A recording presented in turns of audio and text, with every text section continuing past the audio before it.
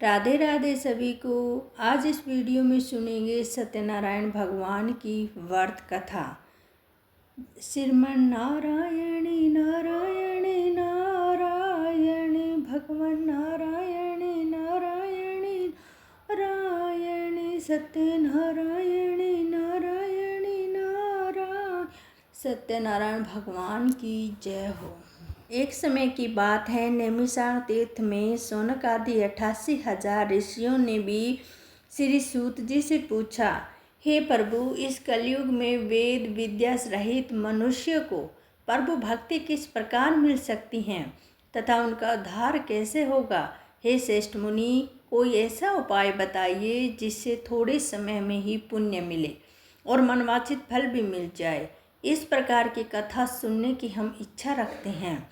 सर्वशास्त्रों के ज्ञाता सूत जी बोले, हे विष्णु, मैं पूज्य आप सभी ने प्राणियों के हित की बात पूछी है, इसलिए मैं एक ऐसे श्रेष्ठ व्रत को आप लोगों को बताऊंगा जिसे नारद जी ने लक्ष्मी नारायण जी से पूछा था और लक्ष्मीपति ने मुनिश्रेष्ठ नारद जी से कहा था। तो आप इससे ध्यान से सुनिए। एक समय की बात है, योगीराज नारद जी दूसरों के हित की इच्छा के लिए अनेक लोकों में घूमते हुए मृत्युलोक में आ पहुँचे। यहाँ उन्होंने अनेक योनियों में जन्मे प्राय सभी मनुष्य को अपने कर्मों द्वारा उनके दुखों से पीड़ित देखा। उनका दुख देखकर नारद जी सोचने लगे कि कैसे यत्न किया जाए जिसके करने से निश्चित रूप से मानव के दुख का अंत हो जाए। इसी विचार पर मनन करते हुए वे विष्णुलोक में गए।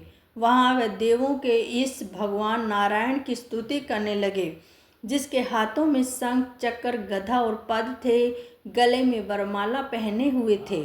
स्तुति करते हुए नारद जी बोले, हे भगवान, आप अत्यंत शक्ति से संपन्न हैं। मन और वाणी भी आपको नहीं पा सकती। आपका आदि मध्य और अंत नहीं है। निर्गुण स्वरूप सृष्टि के कारण भक्तों के दुख को दूर करने वाले हैं। आपको मेरा नमस्कार है। नारद जी की स्तुति सुन भगवान विष्णु बोले, हे मुनिश्रेष्ठ, आपके मन में क्या बात है? आप किस काम के लिए पधारे हैं, इसे निसंकोच कहो। इस पर नारद जी मुनि बोले कि मृत्युलोक में अनेक योनियों में जन्मे मनुष्य अपने कर्मों के द्वारा अनेक दुखों से दुखी रहे हैं। हे नाथ, आप मुझ पर दया रखते हैं तो बताइए कि जो मनुष्य थोड़े प्रयास से अपने दुखों से कैसे छुटकारा पा सकता है। श्री हरि बोले, हे नारद, मनुष्यों की भलाई के लिए तुमने बहुत अच्छी बात पूछी है, जिसके करने से मनुष्य मोह से छूट जाता है। वह बात मैं कहता हूँ तो सुनो। स्वर्गलोक मृत्युलोक दोनों में एक दुर्बल उत्तम व्रत है जो पुण्य देने वाला है। आज प्रेम बस होकर मैं तुमसे कहता हूँ।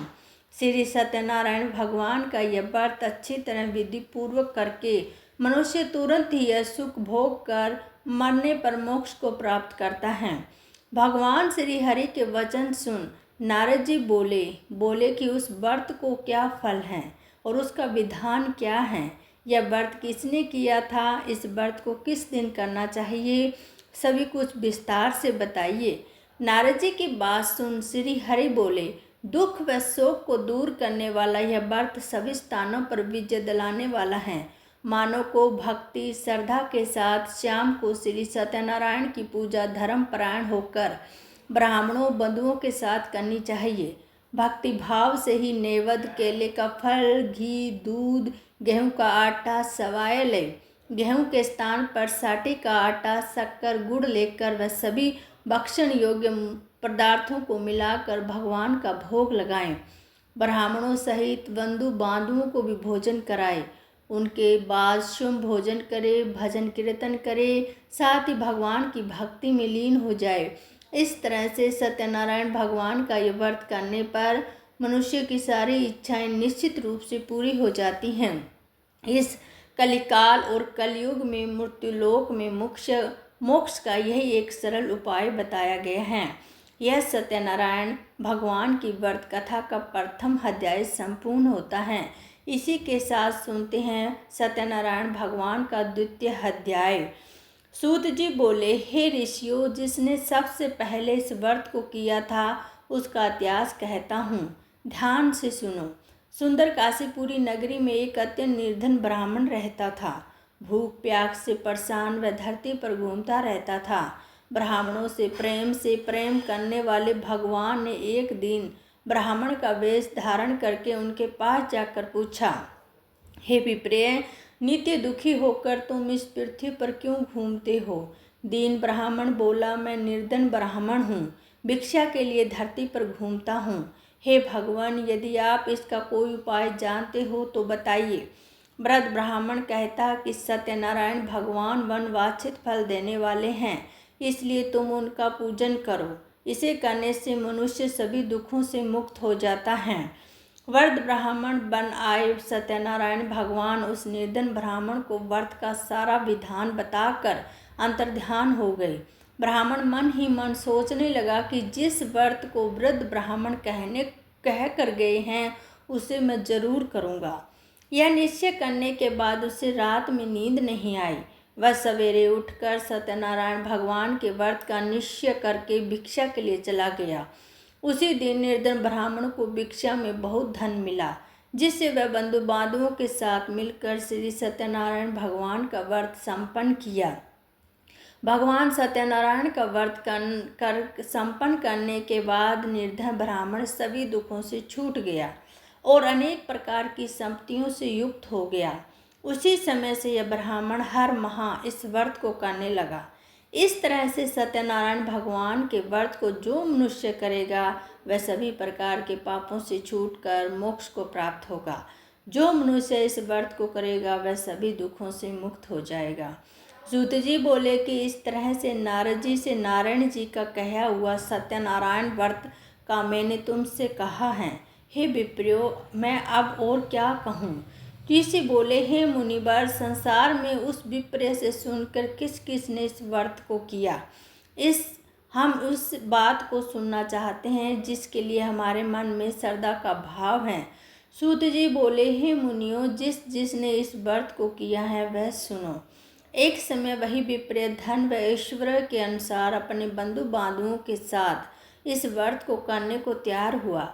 उसी समय एक लकड़ी बेचने वाला बूढ़ा आदमी आया और लकड़ी बाहर रखकर ब्राह्मण के घर गया। प्यास से दुखी वह लकड़हारा उसको व्रत करते देखकर विप्र को नमस्कार करने लगा। आप यह क्या कर रहे हैं तथा इसके करने से क्या फल मिलेगा? कृपया मुझे बताएं। ब्राह्मण ने कहा, सभी मनोकामनाओं को पूर्ण करने वाला यह सत्यनारायण भगवान का व्रत है, जिसकी इनकी कृपा से ही मेरे घर में धन धान्य आदि की वृद्धि हुई है। विप्र से सत्यनारायण व्रत के बारे में जानकर लकड़हारा बहुत प्रसन्न हुआ। चरनामत लेकर वह प्रसाद खाने के बाद अपने घर गया। लकड़हारे ने अपने मन में संकल्प किया कि आज लकड़ी बेचने से जो धन मिलेगा उसी से श्री सत्यनारायण भगवान का उत्तम व्रत करूँगा। मन में इस विचार को लेकर बूढ़ा आदमी सिर पर लकड़ी रखकर उस नगर में बेचने को गया जहाँ धनी लोग ज़्यादा रहते थे। उस नगर में उसे अपनी लकड़ियों का दाम पहले से 4 गुना अधिक मिला। बूढ़ा प्रसन्नता के साथ दाम लेकर केले, शक्कर, घी, दूध, दही, गेहूँ का आटा ले और सत्यनारायण भगवान के व्रत की सभी सामग्रियाँ लेकर अपने घर गया। वहाँ उसे अपने बंधु बांधवों को बुलाकर विधि विधान से सत्यनारायण भगवान का पूजन और व्रत किया। इस व्रत के प्रभाव से बूढ़ा लकड़हारा धन पुत्र आदि से युक्त होकर संसार के समस्त सुख भोग कर अंत काल में वैकुंठ धाम को चला गया। इसी तरह सत्यनारायण भगवान का व्रत का दूसरा अध्याय संपूर्ण होता है। अब सुनते हैं सत्यनारायण भगवान के व्रत का तीसरा अध्याय। सूत जी बोले, हे श्रेष्ठ मुनियों, अब आगे की कथा कहता हूँ। पहले समय में उल्कामुख नाम का एक बुद्धिमानी राजा था। वह सत्य वक्ता और जितेंद्रिय था। प्रतिदिन देव स्थानों पर जाता और निर्धनों को धन देकर उनके कष्ट को दूर करता। उसकी पत्नी कमल के समान मुख वाली तथा सती साध्वी थी।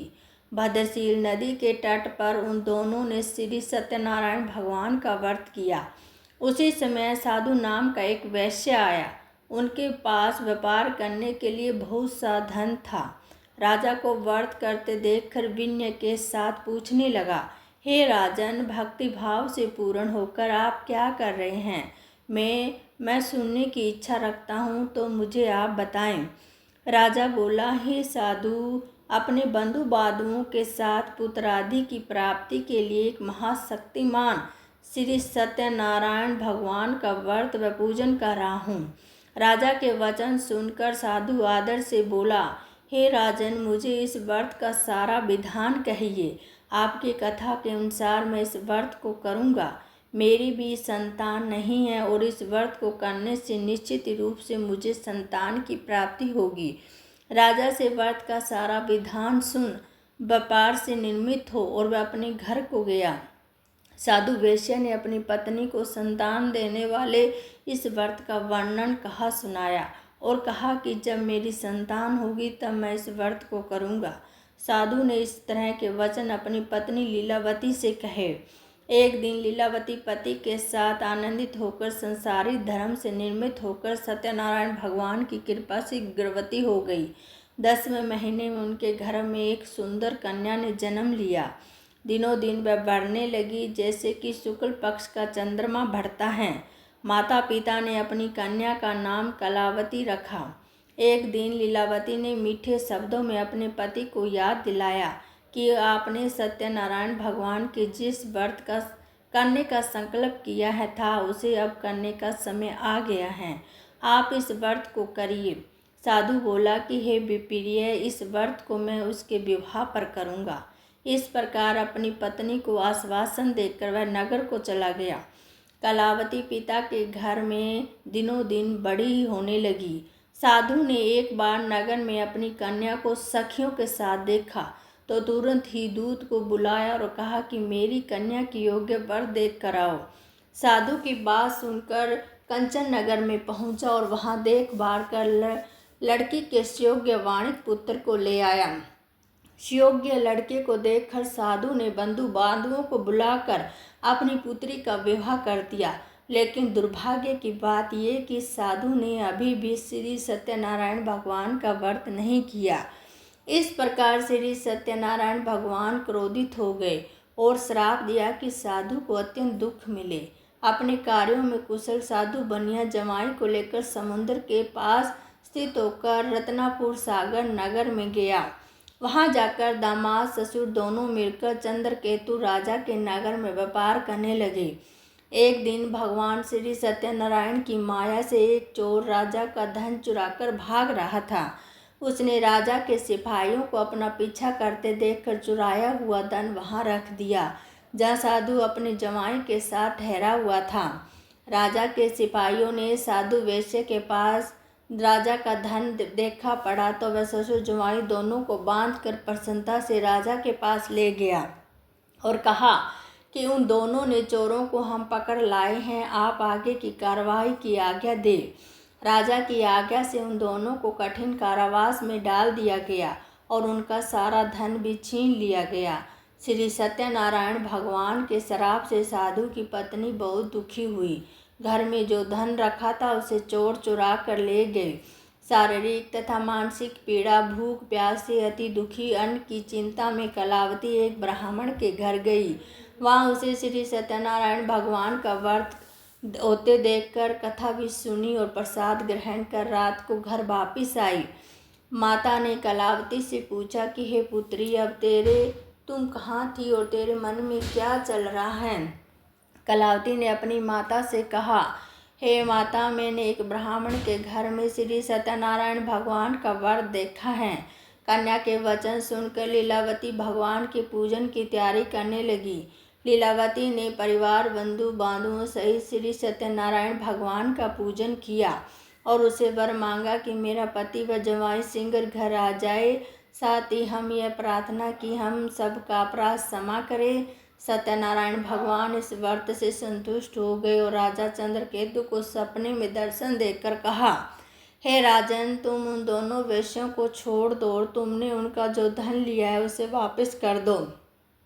अगर तुमने ऐसा नहीं किया तो मैं तुम्हारा सारा धन और राज्य संतान सभी को नष्ट कर दूंगा। राजा को यह बात सब कहकर भगवान अंतर्ध्यान हो गए। प्रातःकाल सभा में राजा ने अपना सपना सुनाया कि बोले, वाणिक पुत्रों को कैद से मुक्त कर सभा में लाओ। दोनों आते ही राजा को प्रणाम किया। राजा मीठी वाणी में बोला, हे महानुभाव, भाग्यवश ऐसा कठिन दुख तुम्हें प्राप्त हुआ है, लेकिन अब तुम्हें कोई भय नहीं। ऐसा कहकर राजा ने उन दोनों को नए वस्त्र आभूषण पहनाए और जितना धन उनको लिया था उससे दुगना धन वापस कर दिया। दोनों वैसे अपने घर को चल दिए गए। इसी तरह श्री सत्यनारायण भगवान की व्रत कथा का तीसरा अध्याय संपूर्ण होता है। अब सुनते हैं सत्यनारायण भगवान की कथा का चौथा अध्याय। सूत जी बोले, वैश्य ने मंगलाचार कर अपनी यात्रा आरंभ की और अपने नगर की ओर चल दिया। उनके थोड़ी दूर जाने पर एक दंडी वेशधारी श्री सत्यनारायण भगवान ने उनसे पूछा, हे साधु, तेरी नाव में क्या है? अभिवाणी वाणिक के हंसता हुआ बोला, हे दंडी, आप क्यों पूछते हो? क्या धन लेने की इच्छा है? ते मेरी नाव में तो बेल पत्ते भरे हुए हैं। वैसे के कठोर वचन सुन भगवान बोले, तुम्हारा वचन सत्य हो। दंडी ऐसा वचन कहकर वहां से दूर चला गया। कुछ दूर जाकर समुद्र के किनारे बैठ गया। दंडी के जाने के बाद साधु वैश्य ने नित्य क्रिया के पश्चात नाव को ऊंची उठते देखकर अचंभा माना और नाव में बेल पत्ते आदि देखकर वह मूर्छित होकर जमीन पर गिर पड़ा।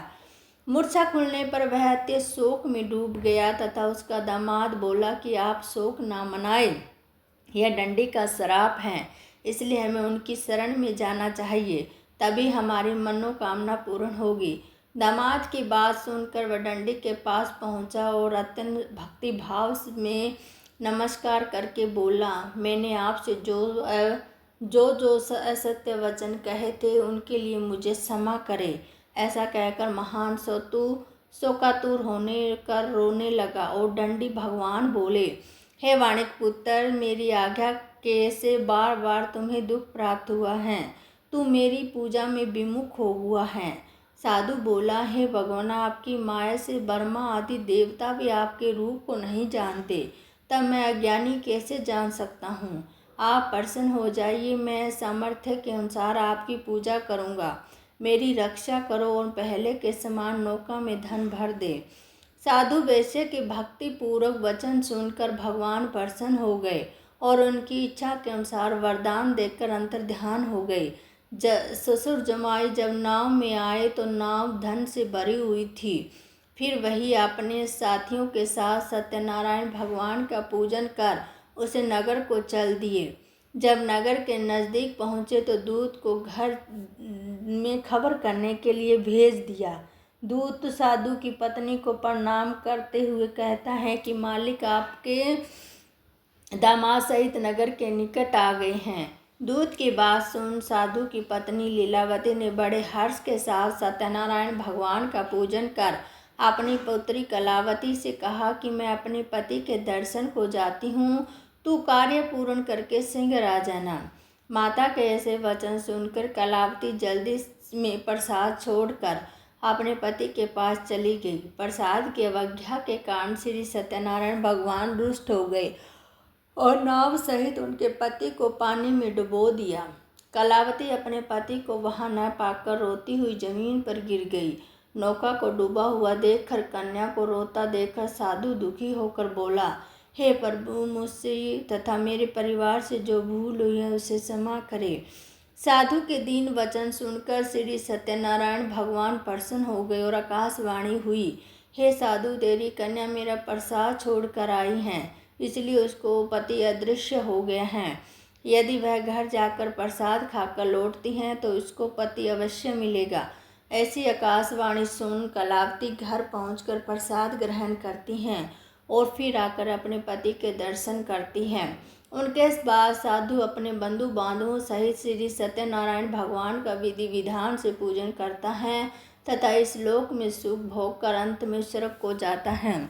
इसी तरह सत्यनारायण भगवान की कथा का चौथा अध्याय संपूर्ण होता है। आप सुनते हैं पंचम अध्याय भगवान श्री सत्यनारायण की कथा का। सूत जी बोले, हे ऋषियों, मैं और भी एक कथा सुनाता हूँ, उसे भी ध्यान पूर्वक सुनो। प्रजापालक में लीन त्रुगधुज नाम का एक राजा था। उसने भी भगवान का प्रसाद त्याग कर बहुत ही दुख सहन किया। एक बार वन में जाकर वह पशुओं को मार कर बड़े बड़ के पेड़ के नीचे आया। वहाँ उसने ग्वालों को भक्ति भाव से अपने बंधुओं सहित श्री सत्यनारायण भगवान का पूजन करते देखा। अभिमान बस राजा ने उसे देखकर भी पूजा स्थान पर नहीं गया और न ही उसने भगवान को नमस्कार किया। ग्वालों ने राजा को प्रसाद दिया, लेकिन उसे वह प्रसाद नहीं खाया और प्रसाद को वहीं छोड़कर अपने नगर को चला गया। जब वह नगर में पहुंचा तो वहां सब कुछ तहस नहस हुआ पाया। तो वह शीघ्र ही समझ गया कि यह सब भगवान ने किया है। वह दोबारा ग्वालों के पास पहुंचा और विधि पूर्वक पूजा कर प्रसाद को खाया। श्री सत्यनारायण भगवान की कृपा से सब कुछ पहले जैसा हो गया। दीर्घ काल तक सुख भोगने के बाद मरणोपरांत उसे सर्वलोक की प्राप्ति हुई। जो मनुष्य इस परम दुर्लभ व्रत को करेगा तो भगवान सत्यनारायण की अनुकंपा से उसे धन धान्य की प्राप्ति होगी। निर्धन धनी हो जाता है, भयमुक्त होकर जीवन जीता है। संतानहीन मनुष्य को संतान सुख मिलता है और सारे मनोरथ पूर्ण होने पर उसे अंतकाल में वैकुंठ धाम को जाता है। सूत जी बोले, जिसने पहले इस व्रत को किया अब उसके दूसरे जन्म की कहानी कहता हूँ। वृद्ध सतानंद ब्राह्मण ने सुदामा का जन्म लेकर मोक्ष की प्राप्ति की। लकड़हारे ने अगले जन्म में निषाद बनकर मोक्ष प्राप्त किया। उल्कामुख नामक राजा का दशरथ होकर वैकुंठ को गए। साधु नाम वैश्यक ने मोरध्वज बनकर अपने पुत्र को आरे से चीरकर मोक्ष पाया। महाराज तुकध्वज ने शंभु होकर भगवान में भक्ति युक्त होकर कर्म को मोक्ष पाया। इसी तरह श्री सत्यनारायण भगवान की कथा का 5वां अध्याय संपूर्ण होता है और इसी के साथ श्रीमन सत्यनारायण की जय हो। श्रीमन नारायणी नारायणी नारायणी भजमन नारायणी नारायणी नारायण सत्यनारायणी नारायणी नारायण। भगवान सत्यनारायण की जय हो।